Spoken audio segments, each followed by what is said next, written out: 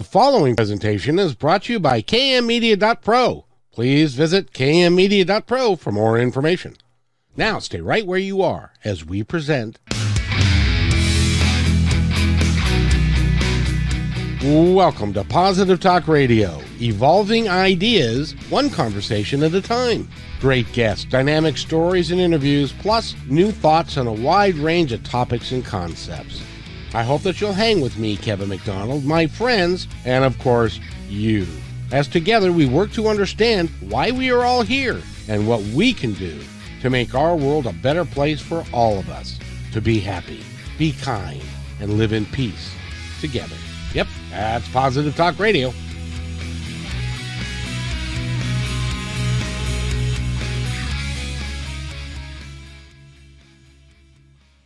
Talk Radio. It's such a pleasure to have you here, and I'm lucky to be here. It's great to have everybody that's going to be listening, and I got a feeling that Anna Davis is going to have a bunch of folks that are interested in being with her today. So Anna, welcome to the show, and how are you?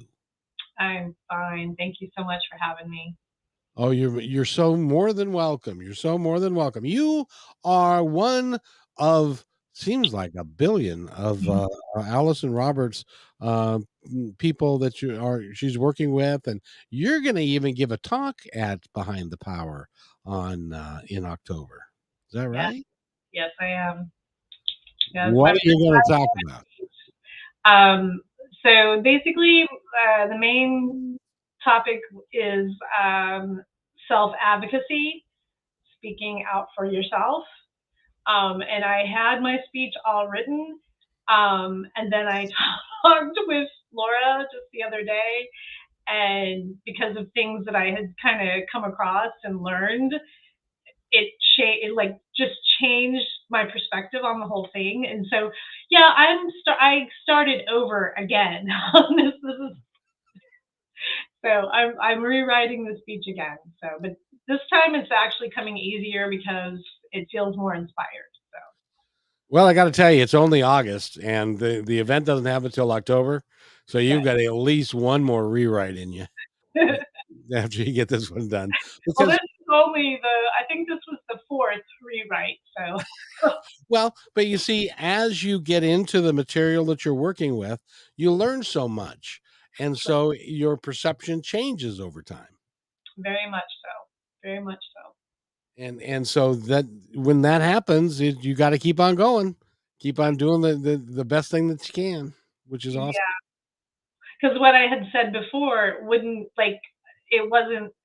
right anymore. It wasn't the best thing to say. So it was like, okay, that's got to be, knock that out and go back to the drawing board. And some of it's still the same, but it's changed a lot. Well, and just let it be and just keep doing what you're doing, and it's going to be fine. Yeah. It's going to be fine. Now, you also wrote a chapter in the upcoming book, right? Yes. Yes, I did. And what was that chapter on? That chapter was about unresolved grief. I had lost both of my adoptive parents really close together. Actually, I lost one of my beloved dog. Started the whole loss process, and honestly, losing animals is just as tough as losing people. And I think it's even tougher. I've lost a couple of dogs, and I've lost my parents, and I've lost my brother, and it was much more devastating. Not that I didn't love my parents and love my brother, I did, but it's losing your best friend. That's what they are. Yeah, and I just recently lost my girl Blondie. That it was just a couple of months ago that she passed on the Rainbow Bridge, and I'm still mourning her. But and that's kind of why my speech changed, because I wrote one speech while she was still here and kind of refined it a little bit, and then I was like going through that grieving process. I realized I needed to change what I was saying in my speech, so that's what happened. Now, was that a puppy dog or a little kitty Yeah, cat? that Blondie she was a dachshund that I had. I had her a puppy. She was 15, and yeah, she was my heart. She came to me at a time I really, really needed her, and the unconditional love that you get from animals, it can be so bold, it really does lift you up.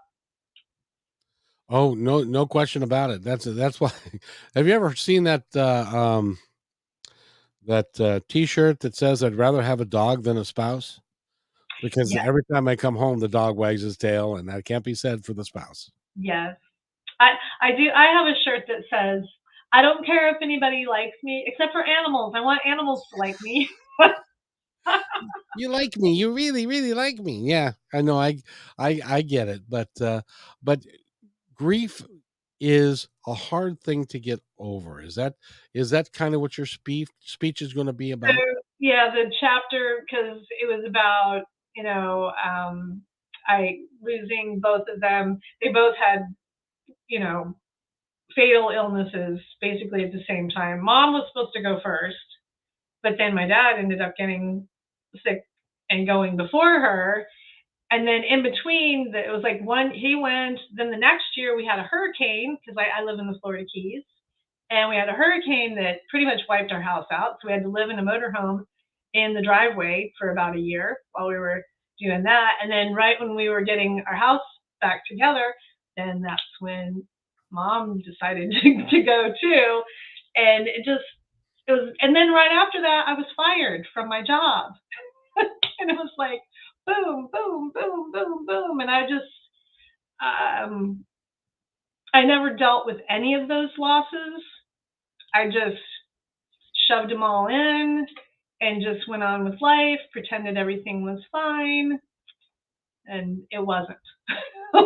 Well, I had a period of time like that when it's like everything's going like a bad country music song. Hmm. My dad died, my dog died, I lost my house, I got divorced.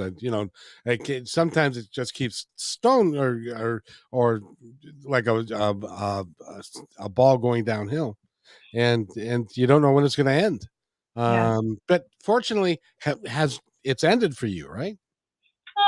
For the most part, I mean, I've learned since I've joined with Allison and the tools that she's given us, to when you get stuck in these emotions. And I came across this article the other day about adoptees and some of the stuff that they go through, and there was a comment about a lot of adult adoptees are why are we so angry?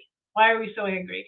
And this one answer really resonated with me. It's just, they said, in a nutshell, I think we adult adoptees have hidden triggers that creep up in predictable and unpredictable places in our lives. And these triggers cause us to feel angry because we are covering up emotions that we don't feel we should feel for fear of abandonment. And I was like, whoa, that's that explains.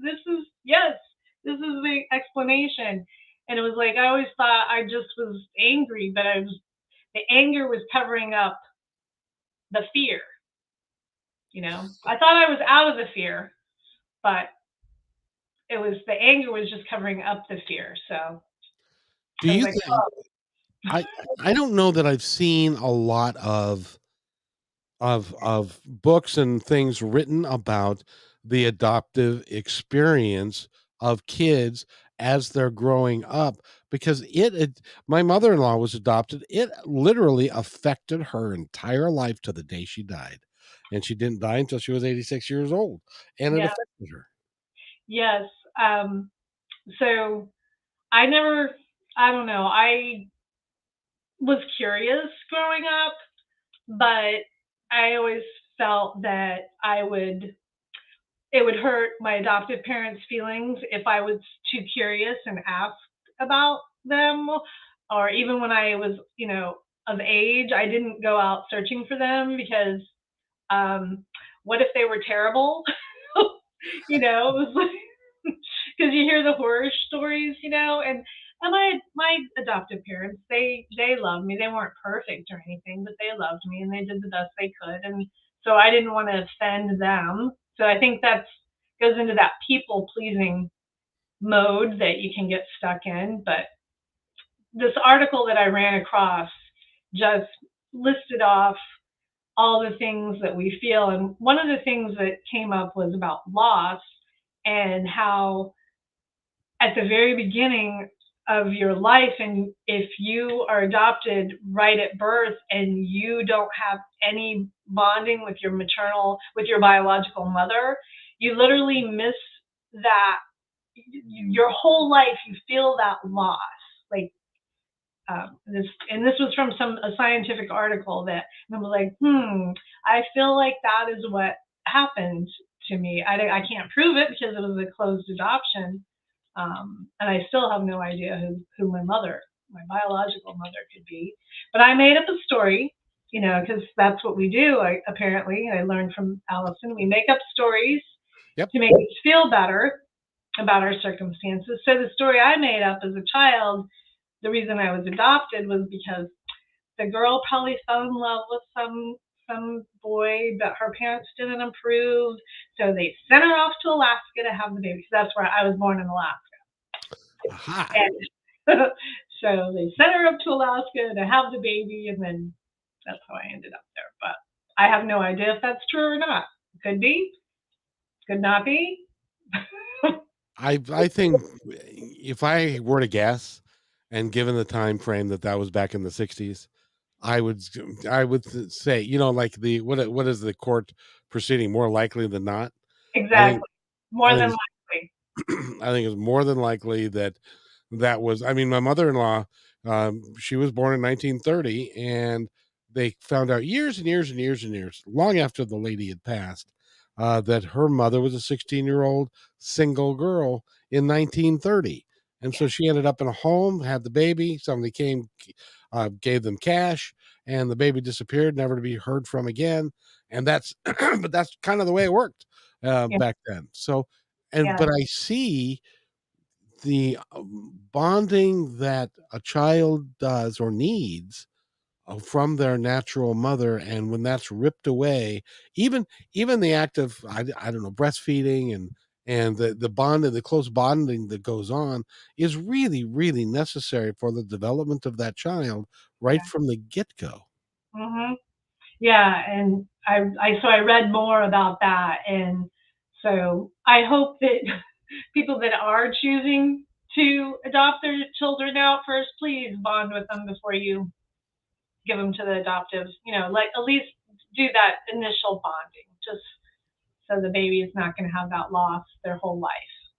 Now, what do you, by the way, Lisa says she loves you, so there you I go. love you too, Lisa. That's And how I found that we only had pictures together at protests, but we did I think our first one was at the Key West Butterfly Garden. That oh wasn't, wow. we weren't protesting the Butterfly Garden. We love the Butterfly Lisa, Garden.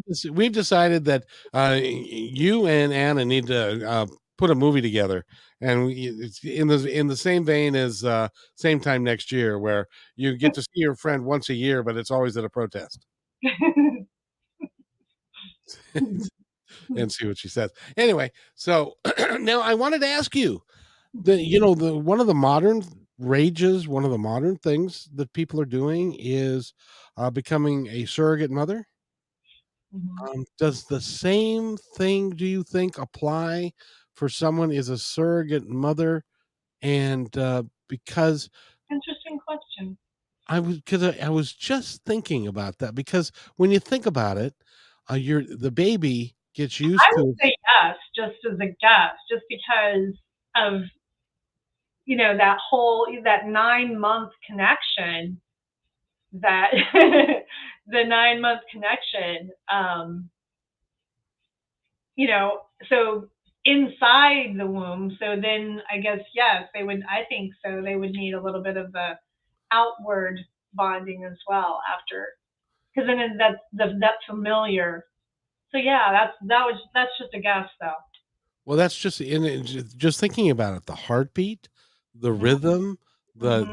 the entire thing, and then that's The way gone. he walks, I mean, like that person, the way they walk is the way, that's familiar. That's the rocking pattern that they would, you know. So yeah. I mean, that makes it really, really tough.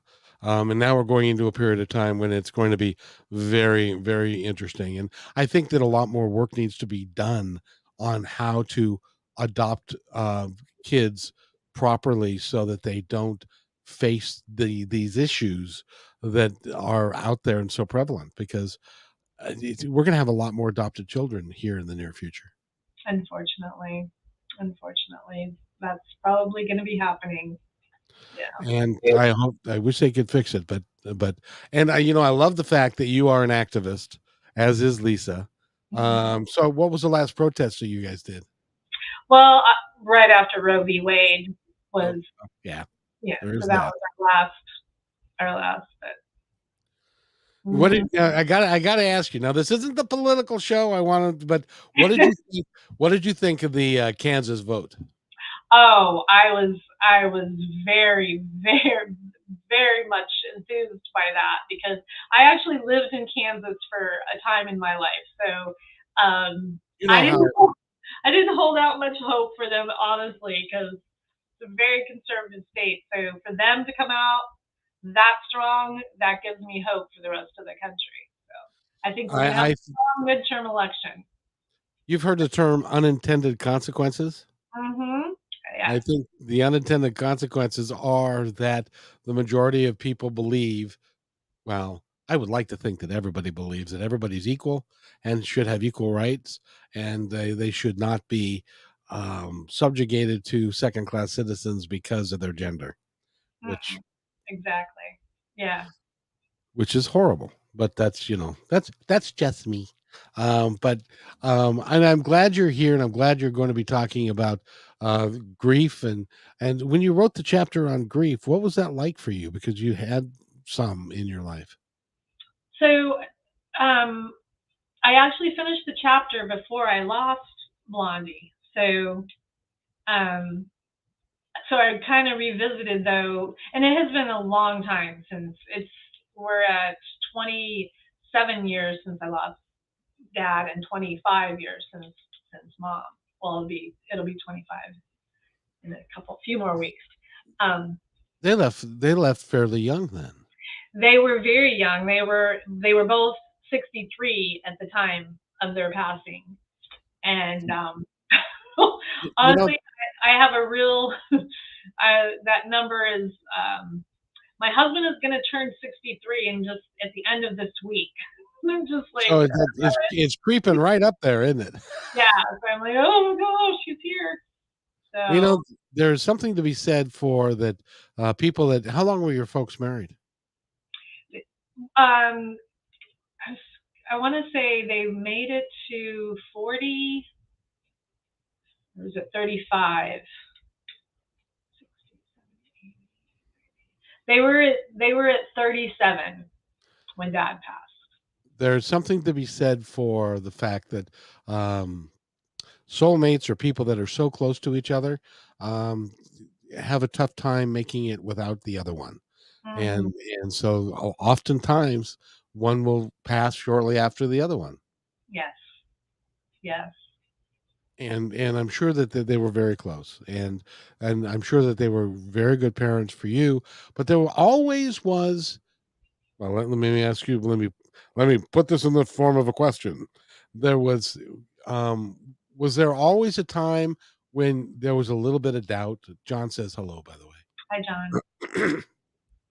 John, Yes. you haven't booked another session to come on the podcast, so you're in trouble, young man. Yeah, I always felt just a little different than everybody else.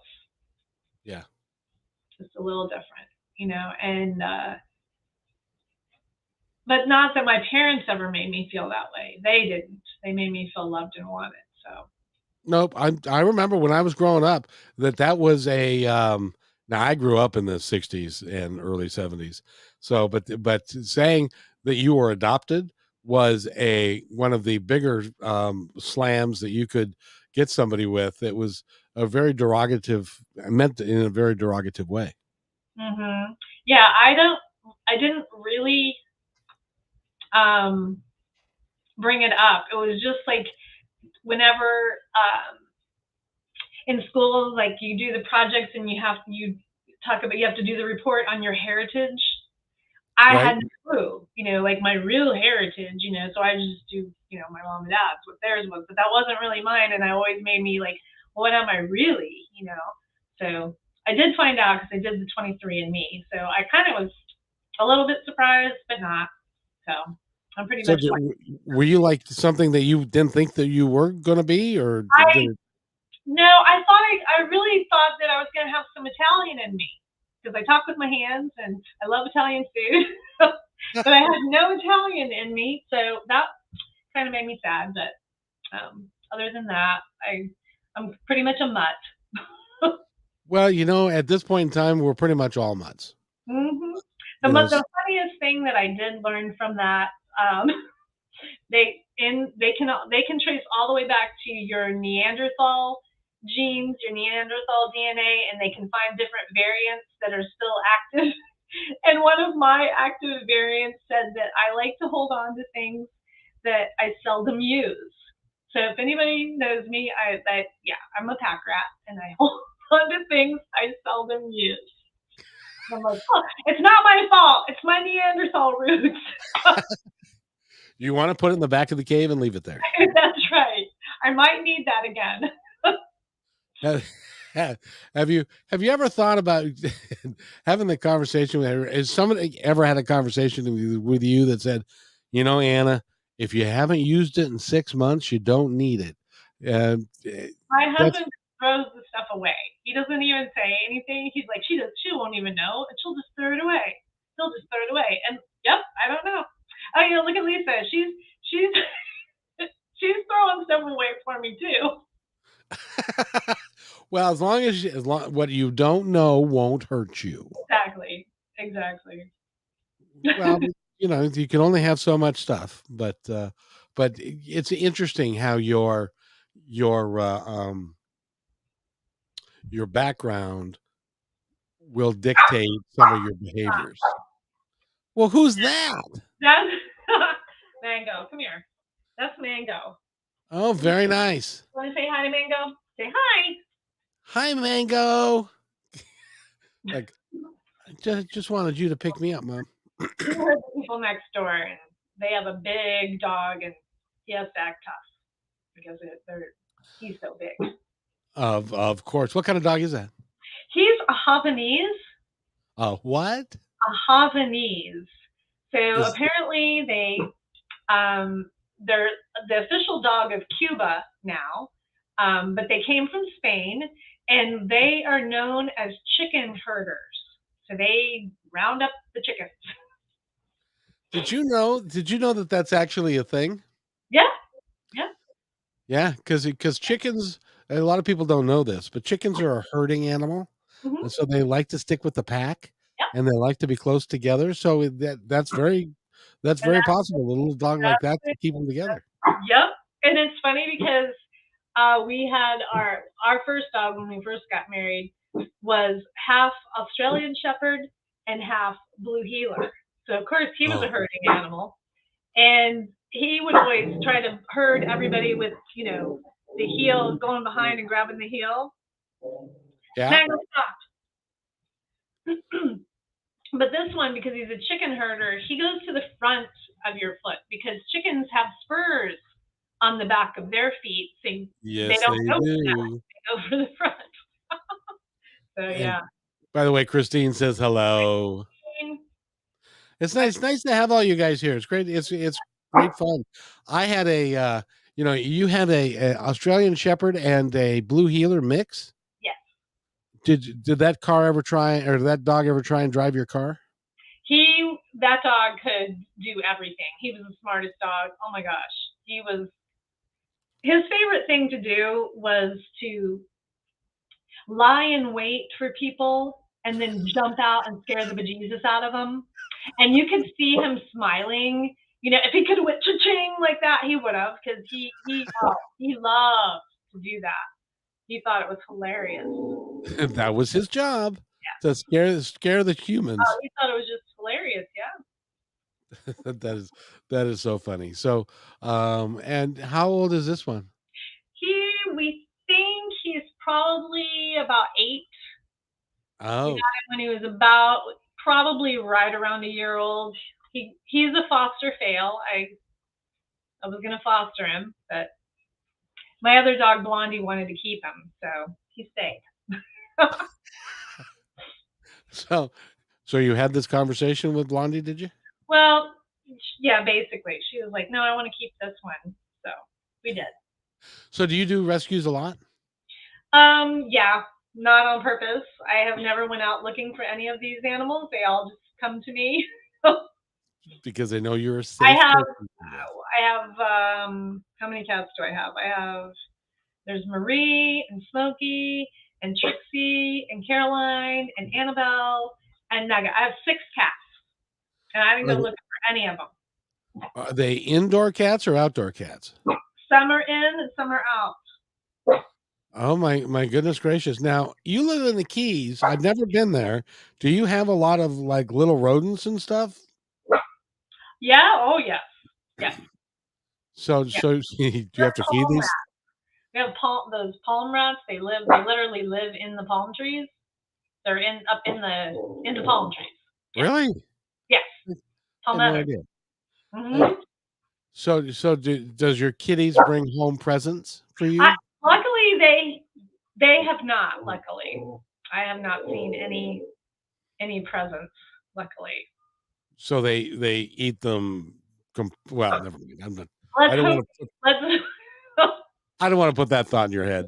Yeah. Well, I don't have any of those types of palms around my property, so I try not to have things that attract the rats. So, So although now you guys have to watch out. The newer cars, they are covering the wiring. The outside coating that goes over the wires is soy based, so the rats will get in there and eat that.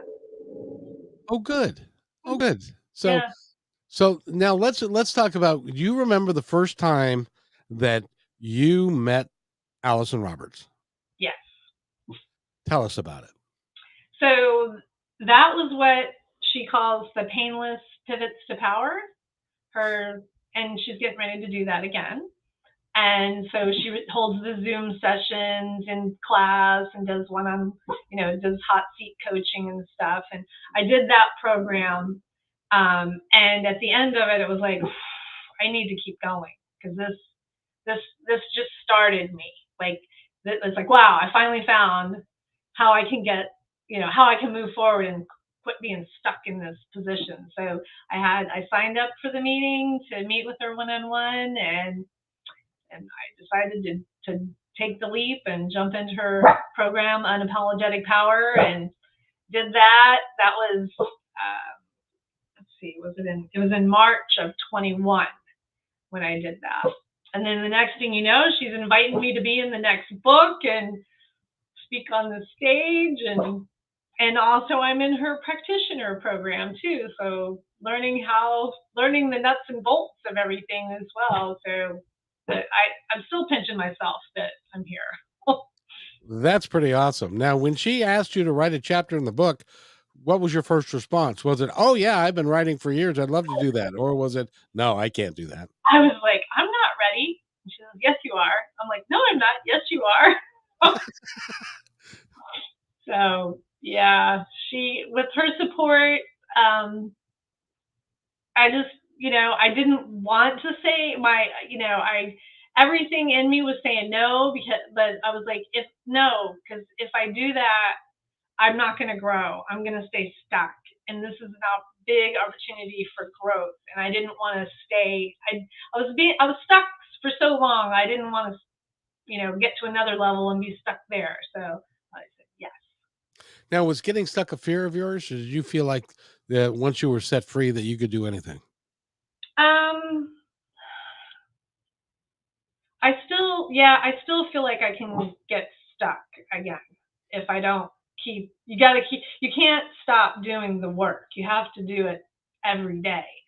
You know, you can't just say, okay, I took care of that problem. I'm done. I'm good to go, and you can just go on with your life. That's not the way it works. So So you got to keep doing what she advocates that you do, which is, and she gives you homework and all that kind of thing, but based upon what your individual needs are. Yes, yes. I mean, she gives us an overview on the classes and whatnot, and but then we do have one-on-one sessions with her, and we can get, you know, more into our own things. And she's always there for us too, and others in the group. We rely on each other. We call each other, and um, I think most of us have talked about our small groups. So we Right. have our small group that we meet with once a week, and we keep each other, um, to we do goal setting together, and we keep, we basically keep each other on our toes. Um, and they're it's a one. I love my small group. Everyone thinks their small group is the best, but mine's really Well, of course, it wouldn't be your small group if you didn't think it was the best. the best. And everybody's the same way. But that works. I mean, that's good. No, That's it's a really wonderful part of her program, I think, because it's you make more personal connections with people in the group. So I'm coming to understand. And to Anna, tell me if this is your experience. I'm coming to understand that coming after the pandemic and being alone and wearing a mask and can't do this and that, that it really is vital that we form a sense of community and create a community around like-minded ideas, people that are positive, that want to make positive change in the world and with each other, and forming a community is of people that actually, I, stop me if you've heard this before, people that actually care, you mhm. know, because there's a lot of times when you get into a group and they don't really care one way or the other, but people who actually care can make a difference in your life. Don't you agree? Absolutely, and that's what I love about this group. Everybody genuinely cares. We care. We care about healing ourselves, so we can spread it out and get the ripple effect, you know, to others. Yes. Because when and you, it's like, what's that saying about when right, like lifting the boats? When you lift the boats, Yeah. that we all rise. So Yep, a rising tide lifts all boats, I think it that's is. it. That's it. Yes, and the fact of the matter is that is so necessary for all of us to appreciate who we are and to help each other because I don't know if you've noticed, but we all have issues that have Oh yes. Oh and yes. I know this is gonna shock you, but even Allison Roberts occasionally has a and she'll openly tell you that. Yes, that's the best part of her program. I think is that she doesn't hide, you know, any of that stuff from us. She's open with us and shares with us, and is there for us in the same way. So it's I was at a point where I was pulling back from people, and I didn't have a lot of I just I was happy when the pandemic came. I was like, yay, I don't have to go anywhere. This gives me an excuse to stay at home and not have to see anybody, right? So, but um, since I've been in this program, I'm coming out of my shell, I should say. Well, But you're doing a beautiful job during this interview. So thank you've you. you've accomplished a lot, and and I can't remember who it was, but one of the gals said that she was in bed most of the time, and didn't bother to get out of bed and stuff. And now she's up and about. She's going to be a speaker. It is remarkable when people decide that they want to make a change in their life and they get the support that they need. They can do amazing things. Absolutely. That's what you said about you have to make put the thought. You have to have the thought that that you can believe, you know. Yep. So that's what Allison teaches us is like if we're having a thought that we don't like and it's giving us a bad feeling, well, we got to come up with a different thought that we can believe because you can't BS yourself, you know. We know when we're BSing ourselves. So you got to come up with a different thought that you can believe. Sometimes it takes a while. Sometimes it takes a while. Sometimes it takes a while to figure out that you're BSing yourself. True, true. I'm really good at the brain dump part where you just start pouring it all out on the piece of paper, and then I have to go back and comb through it and find the real stuff, because some of that is BS. We got to find what the real issue is out of that, all of that. So And that's why, and I say it all the time. That's why it's important to have a coach. Even Allison has a coach. Most yeah, people do. Most people that are really interested in the work and learning how to take care of each other in a better way and take care of themselves. We all have blind spots, and we need help occasionally. yeah, the blind spots for sure, because um, and when someone shines that light on it, and then you're like, oh wow, but once then, as Allison says, that's 90% of the healing. Awareness is 90% of the healing. So when you become aware, then now you can focus and put that awareness and to get that healing. Now, you mentioned that earlier in life you were an angry young woman. And did you know why that was at the time, or was it you just figured that just was who you are?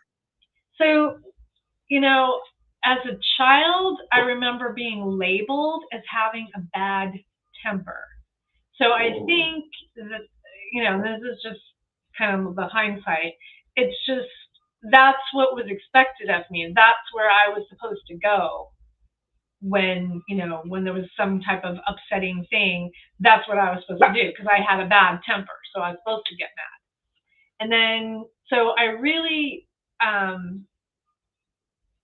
it really, that this getting stuck in anger really happened after they passed, and I didn't deal with the grief, and I just tamped it down, and it just turned into a big ball of anger is what it turned into because I never dealt with it. So it was, so then, like I read that to you earlier about basically the anger was covering up everything else.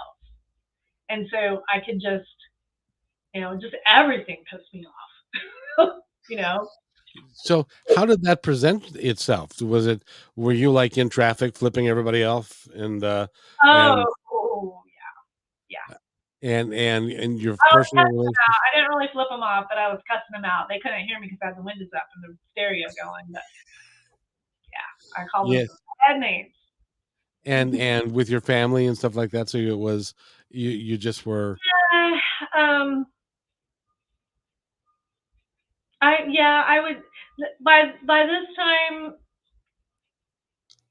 when it got really bad, my kid was already out of the house. He's moved on, and I was dealing with health issues too, so it was like kind of the perfect storm of emotional, mental, physical, everything at once. And so it just became I just was angry at my situation and how I was feeling and all of that. And my husband was really pretty supportive. Um, and he would just let me know when I was just yelling at him for no reason, he'd be like, you don't even know what you're talking about. I'm like, okay, you're right. And then I would just stop. but that would piss you off too, wouldn't it?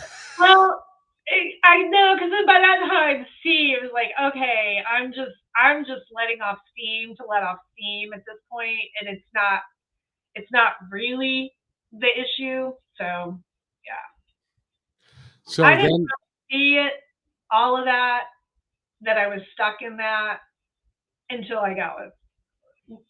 I mean, I did because that's why I wanted to join the program because I was tired of I was exhausted. I was exhausted from feeling that way all the time.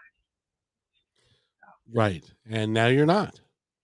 No, and I mean, I have come a long way, but so I can still get angry. But sometimes I think it's justified. Some things you should be angry about. So I just have to. It's the response now. Instead, it's responding instead of reacting now. So that's my focus. That's one of my favorite two words to be used correctly, which is the difference between a reaction and a response. Mm-hmm. I feel, I think Allison talks about this. A response is a planned action that you're taking based upon good information that you've gotten. A Yeah. reaction is just that. It's You're like a trigger. yes, you're just reacting what happened to you before, and so that's never good. It's like somebody lights your fuse and you're the firecracker. Boom! That doesn't happen to me much, except when I'm in the car. For some reason, uh, when I'm in the car, it's a whole different thing. So, Yeah, Puppy Dog wanted to come up and say hi. he does. I don't know. He's got something going on today. He's acting afraid, and I don't know why. I think I need to call Karen and have her connect to him and see why he's acting funny. Yeah, you know how that is. And Karen, being the animal communicator that she is, and by the way, she's going to be at Behind the Power too. Mm-hmm. All you guys are going to be there, and it's Well, go ahead. and Jennifer is also an animal communicator. She's helped me That's out, right. and so is Carrie. And yeah, I think there's Christine can hook up with animals too. Christine Cole. Has she been on I don't know, Christine. I do. I got to tell you, I do so many podcasts in a week yet? that I did 10 last week. I don't think she's been on yet. All right, I can't wait to see Christine. And if Christine, you haven't been on, why have not you been on? Yeah, Christine. So there. There's a few of us that haven't been on yet. You haven't talked to Beth yet. She's the chocolate lady. She makes amazing chocolate. Okay, cool. Mm-hmm. I'm looking forward to that, obviously. There's like Christine says she's going to be on Wednesday. Okay. Yay. Yes, indeed. And Christine, I hope I don't disappoint you. That's all I'll say. But Anna, it's great fun having you here, and you've because my mother-in-law was adopted. I know the pain that you go through. Christine says, "Not a chance, not a chance." And the pain you go through, it's weird because there's not a damn thing you can do about it because you had nothing to do with any of it, but No, you feel the responsibility for it. yeah. When I ran across that article and it talked about like the 7 key things that the adoptees will feel. They feel a sense of loss. They feel a sense of rejection because obviously you have to be rejected by your birth parents, so you can get adopted. And then as children, most children, no matter what it is, they figure there had to been something wrong with me for them to want to reject, why didn't they want me? There must have been something wrong with me. It must be my fault. Exactly. So that's the guilt and shame of why didn't they want me? And then also grief, loss is felt more deeply. And I look back when my mom's father died, my grandfather, and he was kind of my favorite of the grandparents. And when he passed, I was so mad, and I didn't get to go to the funeral. Only mom went, and I felt like gypped that I didn't get to go and say goodbye to him. And I was just really mad. I think that's where some of my anger started, right there. I was really, really mad about that. I was like, how can you just go? And then identity issues. And it kind of brought up to me how when we moved, the last place that we moved when I was a kid was Kansas, and it was a very small rural town. And previously, we had been living in the suburbs of Chicago. So I was a city girl. And then all of a sudden, we're out in the sticks, basically in Kansas. And I didn't talk like them. I didn't dress like them, you know. And so I ended up being labeled a freak. I was like, okay. Um, Yep, when you're in the sticks in Kansas, you are really in the sticks. yeah. And I remember when Dad went and got the phones, and he brings them into the house, and they were rotary phones. We're like, what? Why did you get those, Dad? And he goes, well, that's all they had. And we're like, what? Okay. And then we were like, oh my gosh, we've been moved back. Not only did we move to another state, we moved back in time. Back to the 1950s, you betcha. It felt like it. But yeah, and I just so didn't fit in there. And they never, like, I didn't feel like I had an identity there. They called me that Vermilion girl, like, I don't know. That was my last name. And then I married my husband. I was very young, and when I married him, then we'd go places, and I would be introduced as his wife. Like, they wouldn't even say my name, and it really bugged the hell out of me. And then it was like, after I read this, I was like, oh, now that makes sense why that was such a big deal to me, that I wasn't given an identity, that I had to stop. Now, do you remember what year you got married? Yes, 1982. Well, and in those days, it's God, I say in those days, it's like 1982 for me was like yesterday. But that still was 30 years ago. No, wait a minute. That's 40 40 years. years ago. Jiminy Crystal. That's 40 I years know. ago. We celebrated our 40th anniversary this year. Congratulations, by the way. That means something in this day and age to make it for 40 years. But what's interesting is you were not even in 1982, you were not perceived as an equal citizen under the law or anything else. No, no, absolutely not. You were somebody's wife. Yes, yes.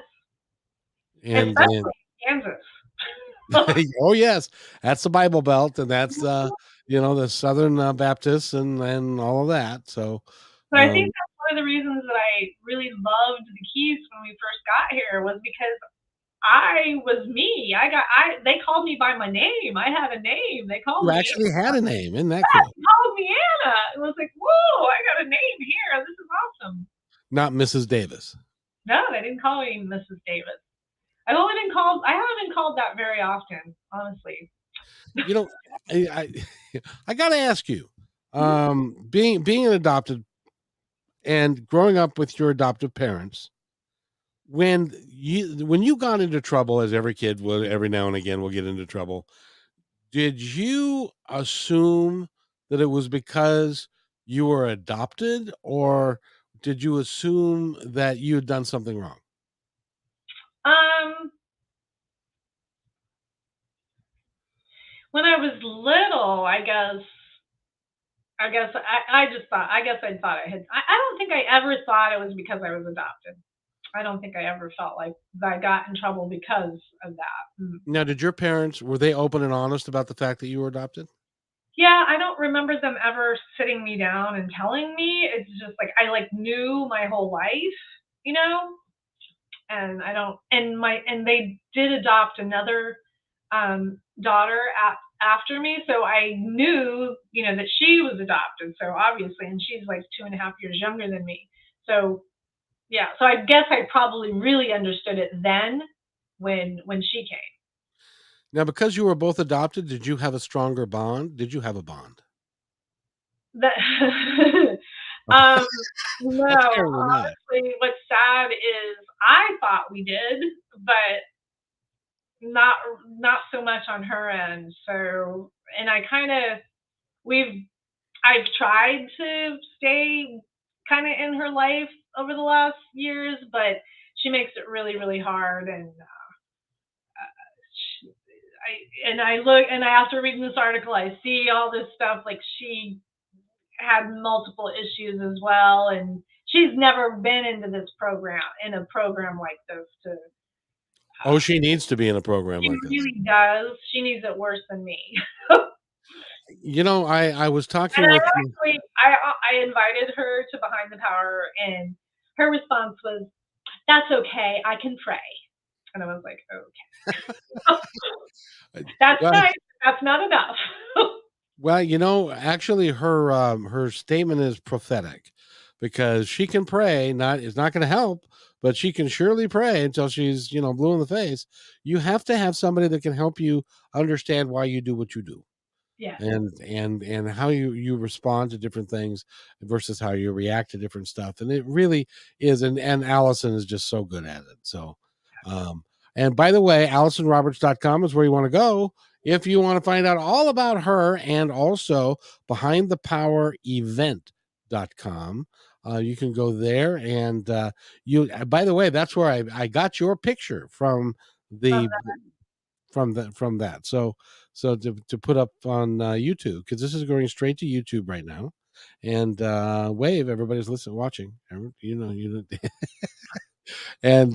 it's been great, Anna. I want to give you the opportunity to talk about what you're going to be talking about at Behind the Power, and also your where you see yourself going. You're also in her management program, and how where where do, where would you like all of this to lead you down the road?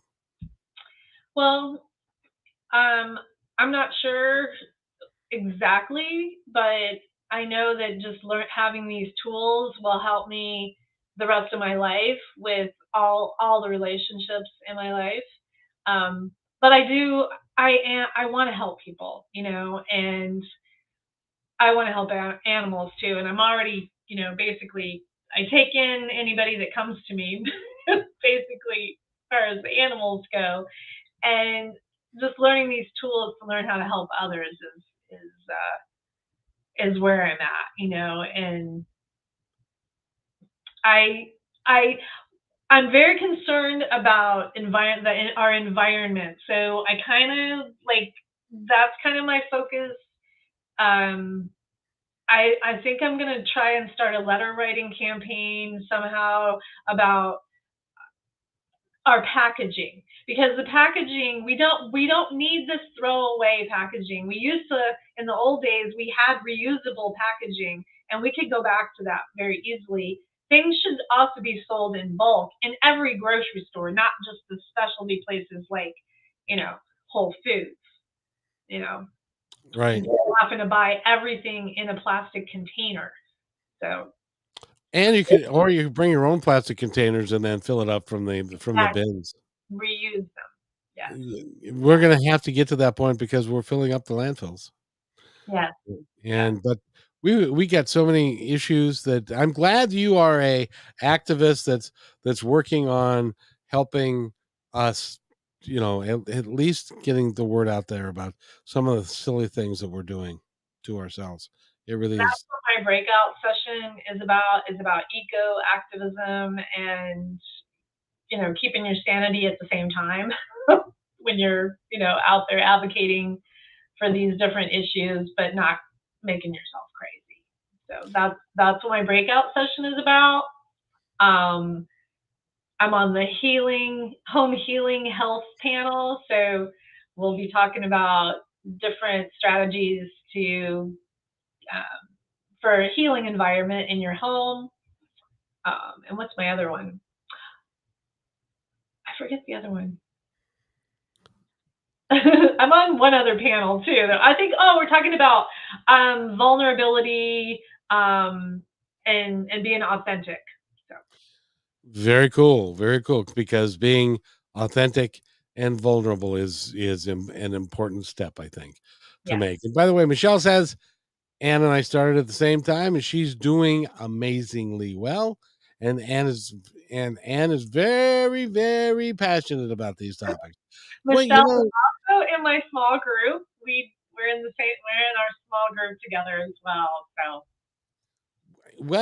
it's like when somebody tells me that there's nothing that we can do about gun violence, and it's like I just shake my head. It's like, yes, there is, but you're not going to want to hear it. So, but eventually we're going to come to it, whether we want to or That's not. one of my proud moments. We had when the kids did the March for Our Lives, the first one, we did one here in Marathon as well, and it was very successful. And so it just showed how many people are in favor of regulating the guns instead Oh, of putting bulletproof backpacks on children. That seems absurd. it's going to be a bad day when if part of the um, employment interview for a teacher is, do you know how to handle a 30-06 or an AR-15, and what's your shooting score, and that What's sad right now is literally across the country there is a huge teacher shortage, and they don't want to die. That's why. I mean,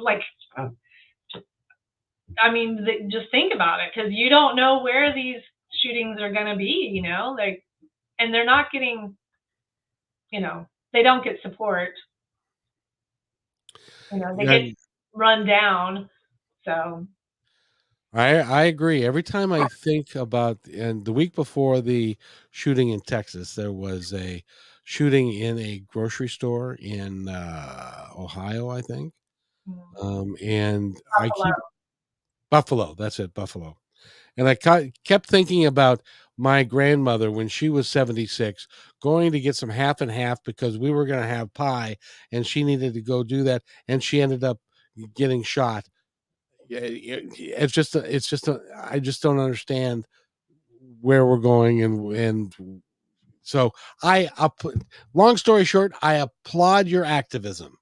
Thank Um, yeah, keep it up. This is, like I said, this isn't a political show, but some of this is just so outlandish and so silly that I, it's stupid that some of the things shouldn't even be considered political, honestly. And Allison pointed out to me that the reason that I'm like such a social justice warrior activist is because I felt like the beginning of my life was unjust, that I didn't have justice. Like I didn't get to choose what happened to me at the beginning of my life. And so so therefore now I'm on the side of the underdog no matter what. And I am like it doesn't matter what fight it is. I'm always on the underdog side, like always, always. well, that's good. That means you're going to be a Seattle Seahawk fan this year. Anyway, so forget I said that. I used to be a Miami Dolphin fan for years, so believe me. Ah, gotcha. We've been talking with Anna Davis. Anna, if somebody wants to get in touch with you, how do they do that? So I run a Juice Plus business, so they can go on that website, which is annadavis.juiceplus.com, and it's a great way to get all your fruits and veggies in every day. Or they could, my email is bananaanna, which is BANANANNA. Just add NNA to banana, and then add a 29 at Gmail. There are too many A's in that, by the way. Just thought I'd mention. So we've been talking for 58 minutes. The first time I knew that you had a business and you were Juice Plus. What in the world is the world coming to? Tell us about your business real quick. Okay, well, one of my friends noticed that I was having some health issues. This was several years ago, and gut issues, and she was like, you should try this product, it's really great. And basically it's whole food that is been pulverized and dehydrated and put in a capsule, so you get all the benefits of all the fruits and the veggies and everything in these capsules. So you can literally get 17 servings of fruits and vegetables every day in a capsule. And so I started taking it when I was having all the issues, and at one point I couldn't even eat regular food. I was only eating basically mashed potatoes, and I wasn't allowed to have anything else, but they let me take the capsules, and they were amazed. The doctors were amazed at how well I was coming back. So they were like, they did not expect me to gain weight during that period, but I did. and it was all the Juice Plus. So I stuck with it. I just basically have been using it and haven't really done it as a business too much, but I'm like, I got this platform now, so let's talk about it. Let's sell it because it can help people. It really can. Exactly. And by the way, were you allowed to have butter with your mashed potatoes? Vegan butter.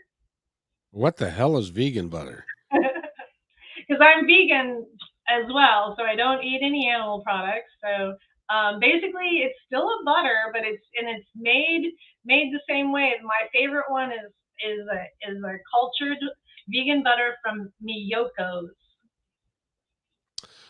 Very nice.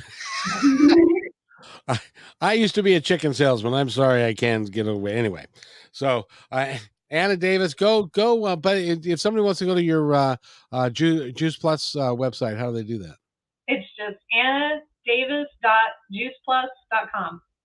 Very good. annadavis.juiceplus.com. It's been a pleasure. How do you feel like you did? Did you feel like you did okay? Yeah, I'm not. My heart is not pounding anymore. Oh, come on! It wasn't pounding in the beginning, was it? It was. You did awesomely well, and everybody will congratulate you. You did really, really well. It was a pleasure talking to you. Thank you so much, Kevin. Oh, you are so welcome. It's a pleasure, and I enjoyed it greatly, and I'm looking forward to. I may only be there digitally on at Behind the Power, but I'm looking forward to your talk on at Behind the Power. So that'll be fun. So thank you so much for being here. Thank you. And wait right there, and I'll be right back. Hey, thanks for enjoying this episode all the way to the end. Please give us a like and subscribe to this channel. This has been a production of PositiveTalkRadio.net. Please visit our website, oddly named PositiveTalkRadio.net, for more details about us and our mission, which is to provide great positive programming designed to inspire us all. I'm Kevin McDonald, and I'm proud of these shows, and I truly hope that you'll like them and share them with friends and family. So on behalf of our entire team, remember, be kind to one another because each other's all we got.